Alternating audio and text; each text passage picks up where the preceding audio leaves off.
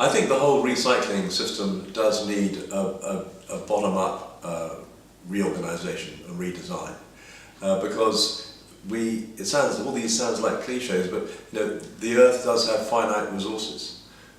We are suffering from the impact of adverse pollutants, climate change issues and so forth. All these things are tied together, which is we're using scarce resources once only. And after all the effort, the processing and manufacturing effort that goes into making something like plastic, it seems crazy not to reuse it if we can. And I think we've just got to do this. The population explosion in India, in China, all of which is generating another middle class umpty-ump times bigger than the British or the Western European middle class. They're all going to be doing exactly what we're doing. And so it's a global problem of some urgency, I would say. I have heard of closed loop recycling. I saw an inspiring talk by Ellen MacArthur a few years ago when she was just in the process of launching her foundation. And I was really taken with that idea. The idea being that you design recycling into the product in the first place. And I think that's an incredibly attractive idea. So if you're making cars, for example, design them to be taken apart as well as put together. Well, if there was an appliance that could go in a kitchen or a house like this that could sort and process our waste so that it could be recycled, that would be a fantastic thing to do, for a number of reasons. I think the first reason would be simply space saving.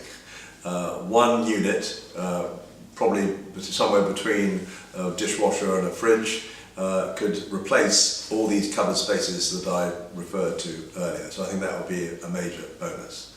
Secondly, it would solve me the problem of having to have the weekly bin thing, where on a Tuesday night I sort out all this stuff from in here, take it outside, put it outside the front of the house, and then later I take it all back inside again for the next week.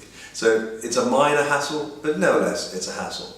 When we go away somewhere and we miss the fatal Wednesday, we've got a problem. Where do we put all the stuff? What happens the week after? So getting rid of the hassle factor would be a very attractive thing to do.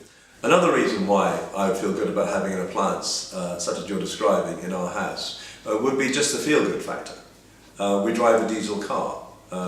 Maybe not such a good idea nowadays, but with the best of intentions, we've driven 5 or 6 diesel cars in a row because we thought it would be environmentally more responsible. So having an appliance in here which would be doing that job, I think that would make me feel good about life. I think there's another factor which is probably a tricky thing to discuss, which is that kitchens are places that frankly people show off a bit in. Yeah. People are proud of their kitchens, it's the centre of the house, all the rest of it. And if you're doing up a new kitchen, as we have done recently, you put a great deal of consideration into what sort of appliances and how the whole thing looks. So we've chosen to have a standalone black fridge to match our black kitchen. That's a kind of style and design statement. I remember when the Sub-Zero fridge came in, these eye-wateringly expensive fridges from America with the great big drawers at the bottom and all that. You went to a few fancy houses and you saw them and you thought, wow, that's something. And I can imagine exactly the same thing happening with this ReCircle machine, which is, oh, wow, you have one of those, because it sends all kinds of signals about the owner. I think another benefit of a household appliance by ReCircle, of the sort you're describing, is that there might just be some money coming back.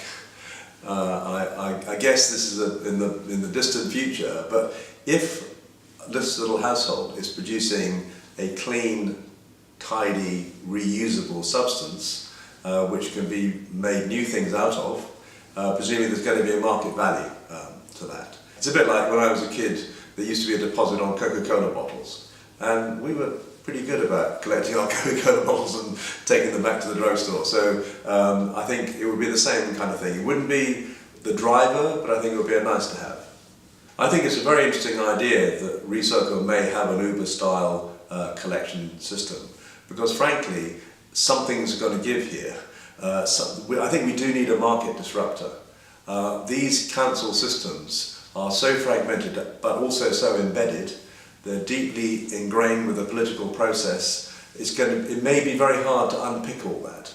And I really like the idea that if a number of households in a given area bought the ReCircle machine, had it installed, and also signed up to the collection process, which could be a subcontract of an Uber style or a Just Eat style or whatever. It's very commonplace this nowadays. I think that you could cut through a lot of the bureaucracy quite quickly if you had like-minded people wanting to do that. In terms of investing in something like ReCircle, I think it's a tantalising possibility. I think one of the things that intrigues me most is that I understand that the key components of this device already exist. The challenge here, the technical challenge here, isn't inventing a whole new technology, it's a question of stringing together existing technologies. So from the point of view of making an investment, I find that a reassuring situation to be in, because if it was a completely blue sky, great idea, let's go and develop, a miracle solution, I would be much more wary of it. But in this case, if it is existing technologies, and there's a clever way of putting them together to create a machine such as it has been described, I think that's very attractive.